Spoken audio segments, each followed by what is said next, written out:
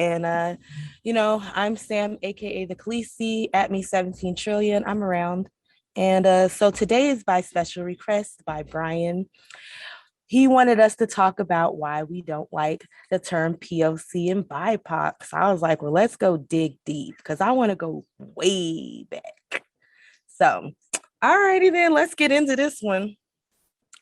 So where do we want to start with that one, Mud? Because I want to go way back because I want to actually talk about how race changes in this country because Latinos were white and now they're brown and they'll be white again. And we got to talk about a lot of this. So like, where do we want to start? I mean, you want to start with how the Irish became white or? We can go back. Well, yeah, I mean. What y'all think? Is that a good start place for y'all? It sounds good. There was actually a faction of Irish in Ireland that were abolitionists, and they were literally chastising the American Irish for not being against slavery, even to the point where they were asking, like, how can you go from being oppressed and then go somewhere else and be the oppressor? So I think that we need to I think that part kind of stands out to me. Actually, I think I have that part. I'm gonna pull that part up in the book. Y'all got anything while I pull that up? Because I want to bring up that. I think it's actually even like there's a quote like at the beginning of the book. I got time for that shit. But I mean, first to have this discussion, like we have to understand that originally whiteness was an Anglo-Saxon concept. And that there were other ethnic Europeans that came to this country that weren't considered white or equals to the Anglo-Saxons. They faced forms of discrimination nowhere near what we faced. But essentially what this issue all boils down to is the fact that other groups are able to climb out of this bottom caste status, or even if I wouldn't say bottom caste, but climb out of their place in the hierarchy of America. And a lot of them have been able to do that by backstabbing Black Americans. But I'll go ahead and let Sam get into it a little bit deeper. Well, this is so funny. This is like one of the first, was this page number 3 and how the Irish became white.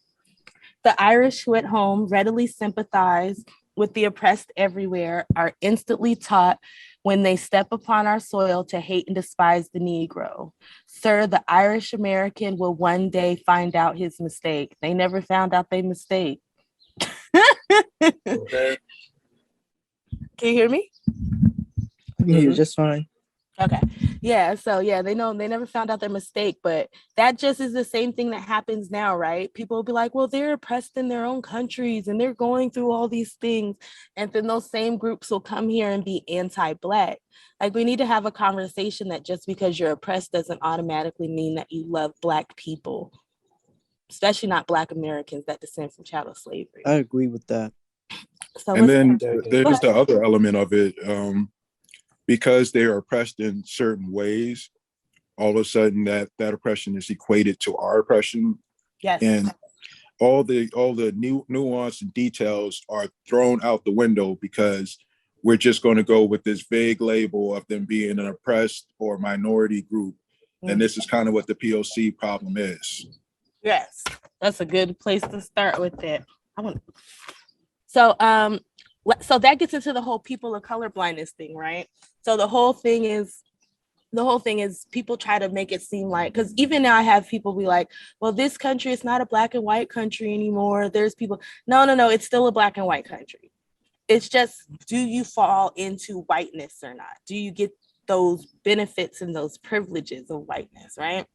To me, like, that narrative lends itself like dangerously to a lot of, class reductionist narratives, because I realized a lot of people who push that BIPOC narrative tend to only want to focus on class, and to focus on class, what they do is try to amalgamate everyone's in their like ethnic racial identity, history of repression with this country as if it's on the same playing field, and that playing field is of Blackness oppression, but in the same respect they don't give us the due response to our own oppression. No, sorry, it just started playing right away. Keep going. Forgive me. Okay.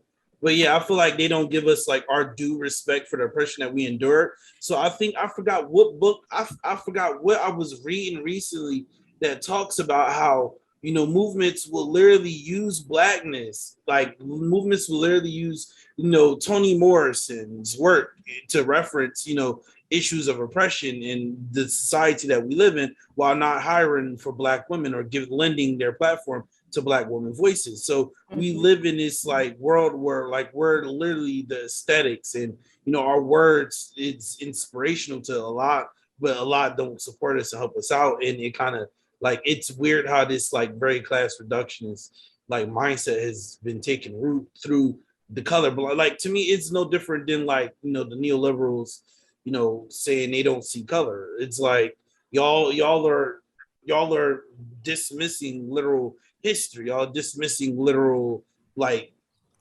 passes, because everyone's not the same in America. Like no two Negroes is the same, like no two, you know, Latinos are the same, like no two different white people are the same. Like some people have been here longer than others, and other people just got here maybe 2-3 generations ago.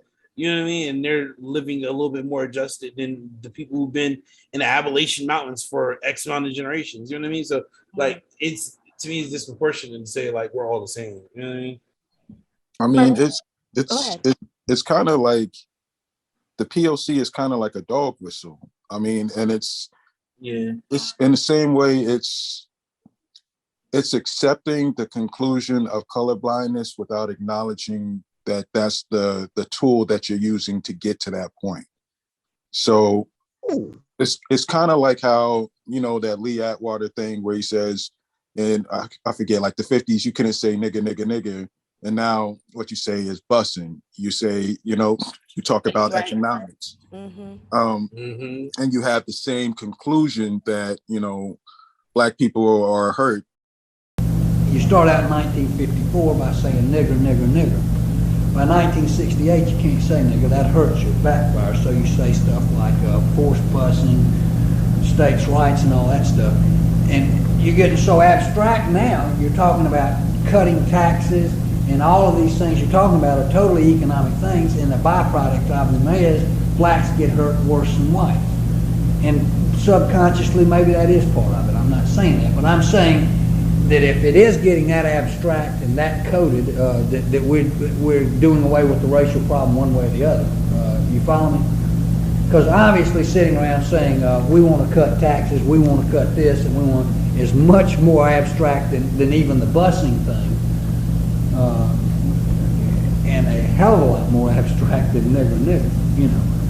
So any way you look at it, race is coming on the back burner. Or in this case, you don't say that you're colorblind.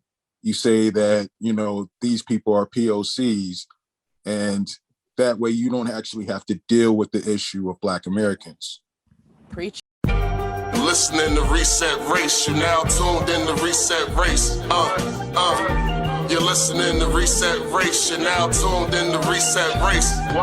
Put them back on the grill again, we grilling them. Put them back on the grill again, we grilling them. Put them back on the grill again, we grilling them. Back on the grill again, we grilling them.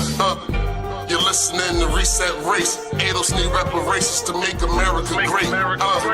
You're tuned in to Reset Race. We no longer starving while others eat off our plate. No. You're listening to Reset Race. We focused on our justice claim. We know what is at stake. You're tuned in to Reset Race. You'll find out who really about justice and really who fake. On the edge, go back to US Southern plantations. Penniage, Jim Crow, and mass incarceration.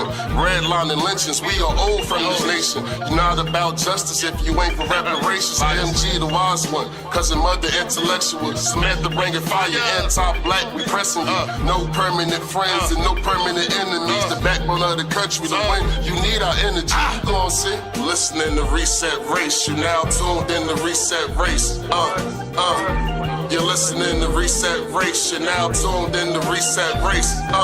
Put them back on the grill again, we grilling them. Put them back on the grill again, we grilling them. Put them back on the grill again, we grilling them. Back on the grill again, we grilling them.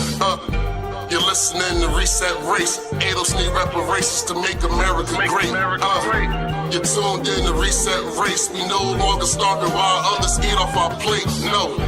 You're listening to Reset Race. We focused on our justice claim. We know what is at stake. You're tuned in to Reset Race. You'll find out we're really about justice and really who fake. Until you do right by me, everything you think about is gonna crumble.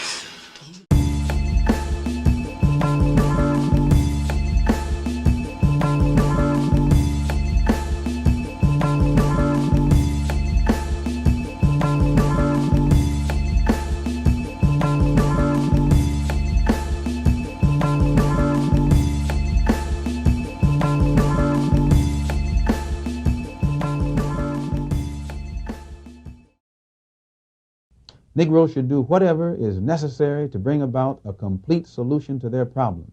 When I say whatever is necessary, they should have the flexibility to do whatever is necessary to solve the problem.